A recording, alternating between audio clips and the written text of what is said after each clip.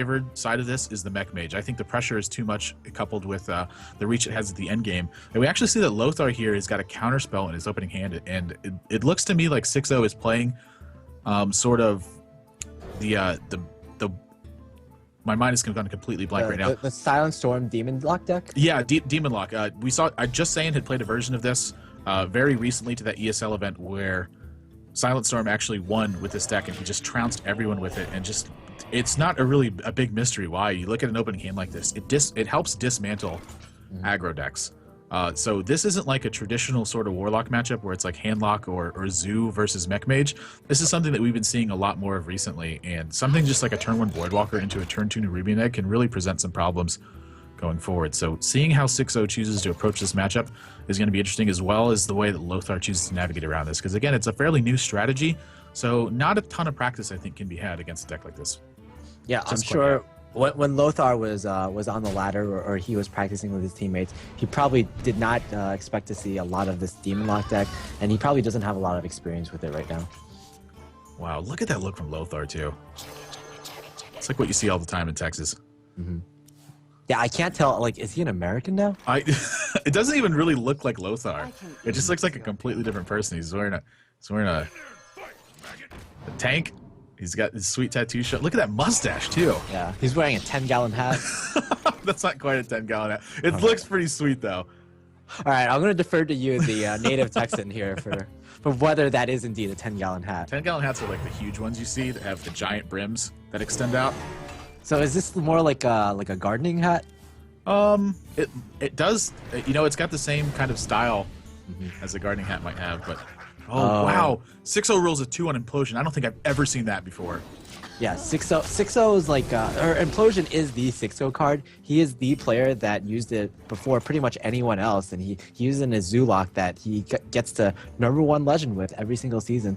Fortunately, he rolls a 2, which is the absolute worst pick that, the worst roll that you can roll by a significantly large margin. I mean, rolling a 3 and summoning 3 1/1 demons, that's like almost twice as good as rolling a 2 and summoning 2 1/1 demons. It's just the RNG with that card. Yeah, it's a 50% increase from what it is. The average is going to be 3 imps and 3 damage. So when you get 4, you're rewarded a lot, and when you get 2, you're a little bit punished for it. I actually still kind of like it because it does adjust the circumstances that players have to play under. Like, you can't just jam it out there and expect it to kill 3 health minions all the time. You are sometimes going to be punished for that.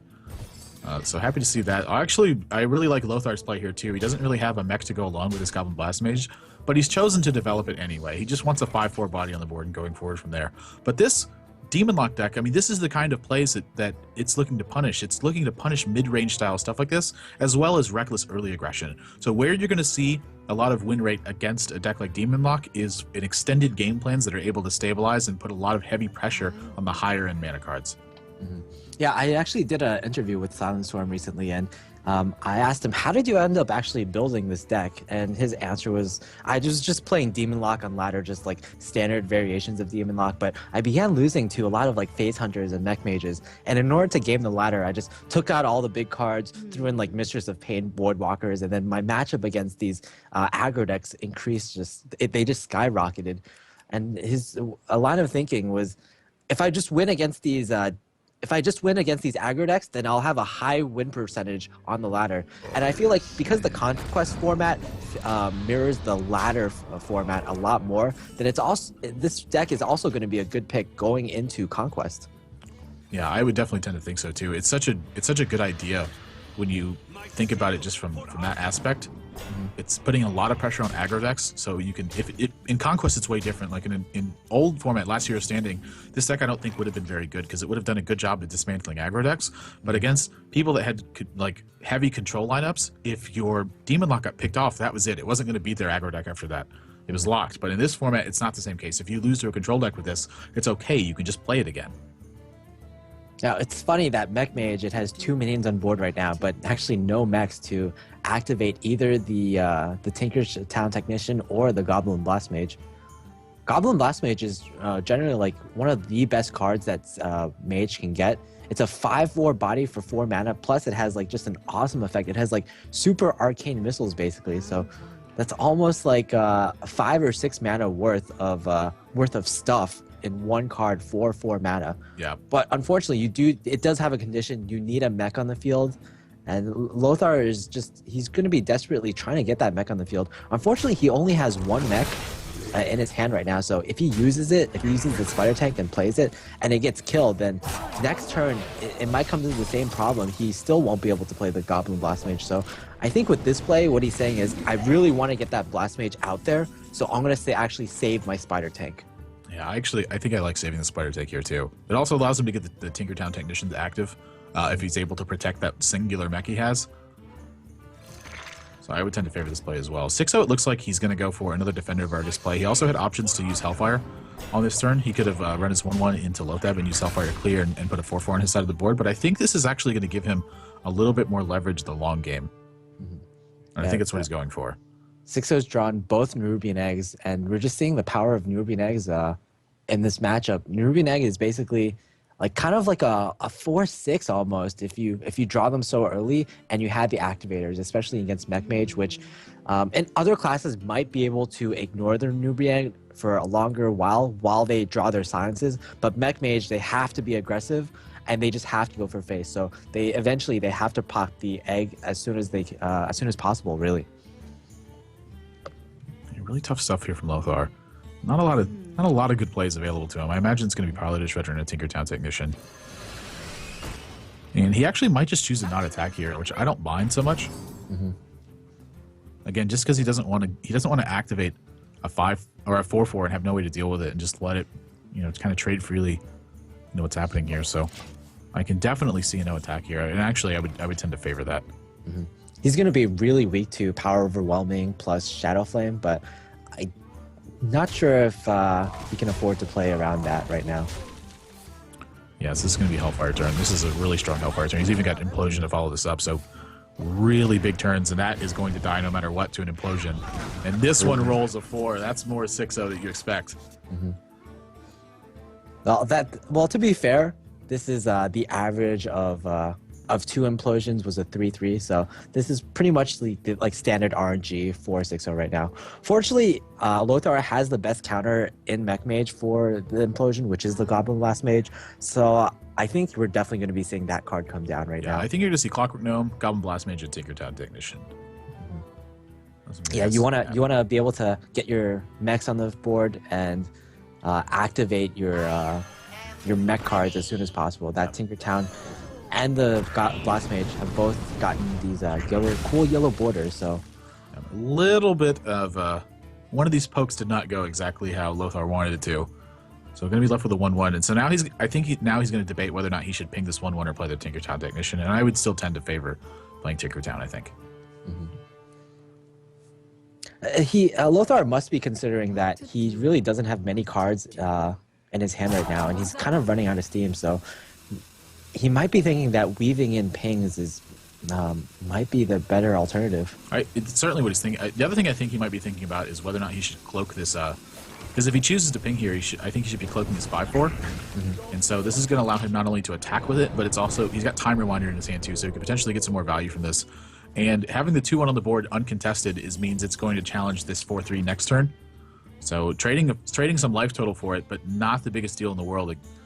This Warlock deck, it has some reach, but it really needs minions on the board first to get its reach. Mal'Ganis could be a play, but I like this a little better, just fishing out some more cards. You're not really too afraid of dying. I mean, if your opponent has 2 fireballs in hand, then what can you really do about that, right? Fireball, Frostbolt. Did that Dark Realm just go to face? Oh. No. Okay. Yeah, it looked like that for a while, right? I was like, what on earth? Archmage Anthonitis gets drawn. That's not going to get played this turn, though, because he's got 2 cogs in his hand that cost 6 mana because of Lothab. So when he draws Archmage here, I feel like his game plan has just been drastically altered. I feel like he's going to favor trading here. Oh, yeah. If you draw the Archmage and you have a finicky cloak field in your hand, that means you can pretty much get guaranteed at least 3 fireballs, I would have to say. And that just means you can probably just fireball your opponent's face all day and definitely play out that long game. Mech Mage is a deck that it kind of runs out of steam usually, but that Archmage Antonius is equivalent to like 12 or 13 mana worth of minions, or worth of spells even. Archmage and Dr. Moonwords. big refill card. So definitely going to trade here. Ping to the face. And so 6-0, not looking in the best shape anymore. Oh my gosh, he is so close to lethal with that draw. You know, had he Dark Bomb face, just saying. Oh man, what a play.